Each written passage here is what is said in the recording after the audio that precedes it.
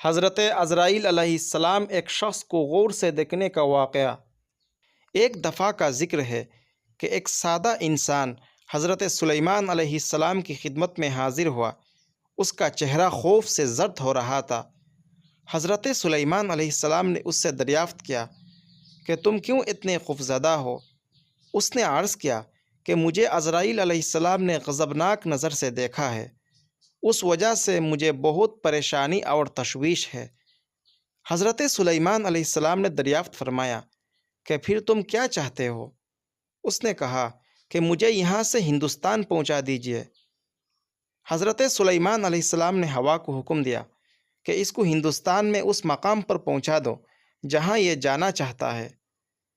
دوسرے دن عزرائیل علیہ السلام سے ملاقات کے وقت حضرت سلیمان علیہ السلام نے دریافت کیا کہ آپ نے ایک مسلمان کو اس طرح غور سے کیوں دیکھا جس سے وہ تشویش میں مبتلا ہے؟ کیا تمہارا ارادہ اس کی روح کو قبض کرنا تھا اور بیچارے کو اس غریب الوطنی اور مسافری کی حالت میں لاوارث کرنا تھا؟ انہوں نے عرض کیا کہ میں نے اس کو اس لیے تعجب سے دیکھا تھا کیونکہ مجھے اللہ تعالیٰ نے ہندوستان میں اس کی روح قبض کرنے کا حکم دیا تھا، اور وہ شخص اس وقت یہاں موجود تھا۔ جب حکم الہی سے میں ہندوستان پہنچا تو میں نے اس کو وہاں موجود پایا اور اس کی جان میں نے قبض کر لی۔ مولانا جلال الدین رومی رحمۃ اللہ علیہ فرماتے ہیں، اے مخاطب، تو اس جہان کے تمام کارناموں کو اسی واقعہ پر قیاس کر لے اور آنکھیں کھول کر ان حالات کا مشاہدہ کر لے۔ ہم کس سے بھاگ رہے ہیں؟ کیا اللہ تعالیٰ سے؟ ارے یہ خیال محال اور ناممکن ہے کہ ہم اللہ تعالیٰ سے بھاگ کر کہیں چھپ جائے۔ ہم کس سے سرکشی کر رہے ہیں؟ کیا اللہ تعالیٰ سے؟ ارے دوست، یہ سرکشی اور نافرمانی یہ وبال ہی وبال ہے۔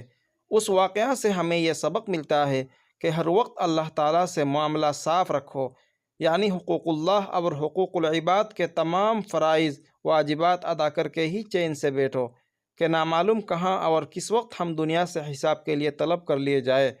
اس لیے کہ جو وقت اللہ تعالیٰ نے موت کا مقرر فرما دیا ہے اس کو ایک لمحہ بھی تقدیم و تاخیر نہیں ہو سکتی، اور جو جگہ موت کے لیے مقرر فرما دی ہے اس سے ایک انچ بھی آگے پیچھے نہیں ہو سکتے۔